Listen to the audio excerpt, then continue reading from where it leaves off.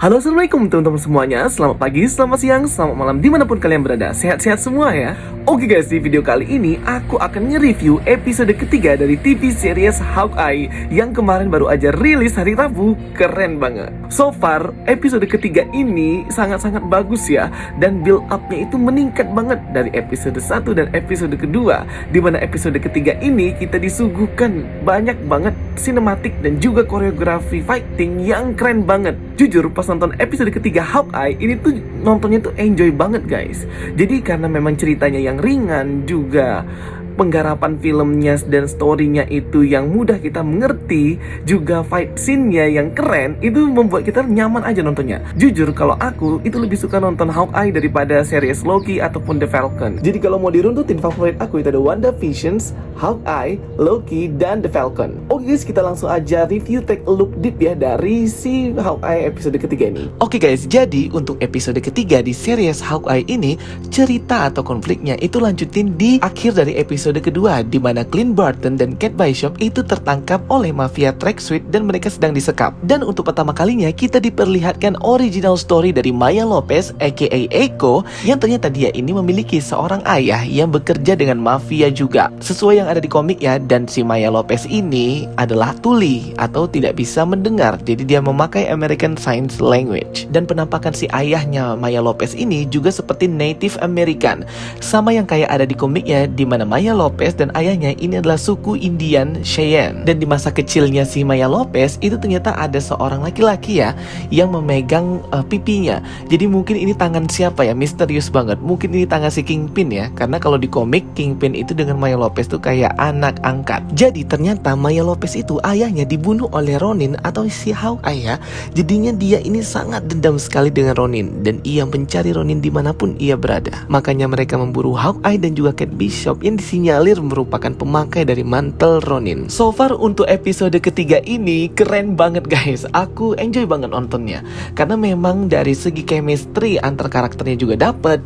Si Kazi dan juga Echo itu ternyata keren juga ya acting skillnya.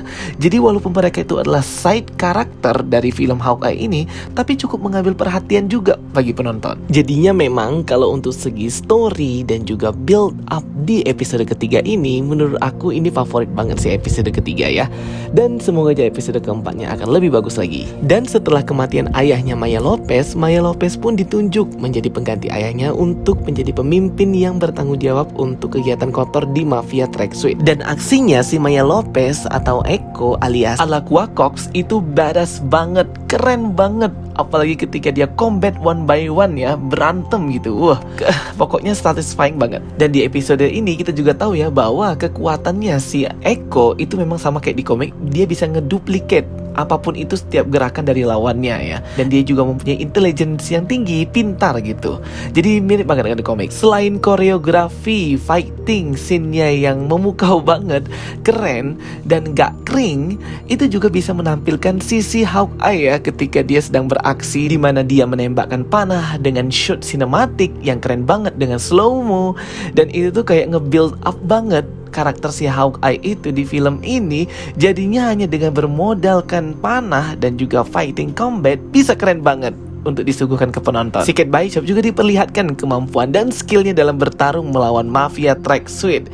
Keren banget. Apalagi waktu scene kejar-kejaran dengan mafia di dalam mobil. Itu tuh pemandangan, shot scene-nya itu sangat memuaskan mata penonton. Dan aku jujur itu kayak terpaku dan fokus banget. Apalagi kita diperkenalkan ya dengan panah-panahnya si Hawkeye itu yang memiliki kemampuan masing-masing. Ada yang bisa meledak, ada yang bisa jadi slime jelly gitu. Ada juga panah penyedot atau panah yang bisa nempel kuat banget ya. Ada juga yang bisa jadi cairan asid yang keras. Ada juga panah yang bisa ngeluarin jaring atau kawat yang kuat gitu. Ada juga panah yang mengeluarkan gas atau asap. Dan yang paling mind blowing, ternyata dia ada satu panah yang di sana ada PIM partikelnya. Jadi itu bisa membuat panahnya Kate Bishop itu jadi gede kayak Ant-Man. Jadinya aku kayak flashback ke film Ant-Man. Aduh, kangen ya sama Ant-Man. Mana masih lama lagi di Quantum Mania, masih beberapa tahun lagi kalau mau ketemu dia. Aku nggak tahu ya sebenarnya Hawkeye ini dapat dari mana panah ini. Tapi mungkin ini apa sisa waktu di event Avengers Civil War power ya. Kan di sana ada Ant-Man yang membantu. Ya siapa tahu aja ya. Terus ada juga panah yang isinya itu kayak flash disk. Ini tuh mirip sama panahnya Hawkeye yang ada di film What If ketika mereka mau ngeretas dan masukin virus Arnim Zola ke dalam Vision. Tapi yang paling aneh dari film ini adalah kan mafianya atau penjahatnya pakai pistol ya.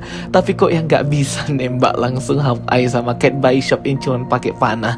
Ini tuh kayak klasik banget ya di film superhero di mana hero-nya itu pasti nggak akan mati gitu. Dan di episode ketiga ini dilihatkan ya bahwa pendengaran Clint Barton itu dari hari ke hari itu makin memburuk, sehingga dia sangat sulit mendengar orang-orang di sekitarnya ya. Bahkan sudah memakai alat bantu dengar pun dia masih agak sedikit-sedikit nggak dengar, jadi tambah buruk penyakitnya. Dan pada akhirnya Hawkeye dan Kate Bishop itu juga bisa kabur ya dari serangan mafia Track Suite. Akhirnya mereka pun pergi ke rumahnya Kate Bishop untuk menyelidiki tentang si mereka ini melalui filenya si Kazi. Dan ternyata di sana Clint Barton akhirnya bertemu dengan Swordman atau Jack Duquesne. Overall sih Hawkeye episode ketiga ini keren banget ya. Dan build up karakter juga build up dari episodenya daripada episode yang lalu itu makin hari makin bagus, meningkat gitu. Tapi aku agak kecewa ya karena aku belum bisa lihat Yelena Belova dan juga si Kingpin yang katanya memang dirumorkan akan muncul di series Hawkeye. Mungkin kita bisa lihat mereka di next episode ya guys. Dan aku nanti juga akan buat detail-detail video dari episode 1, 2, dan 3 Hawkeye. Aku gabung jadi satu video. Make sure kalian nonton videonya ya guys. Oke, terima kasih sudah nonton video aku. Kita ketemu lagi di video berikutnya. Sampai jumpa.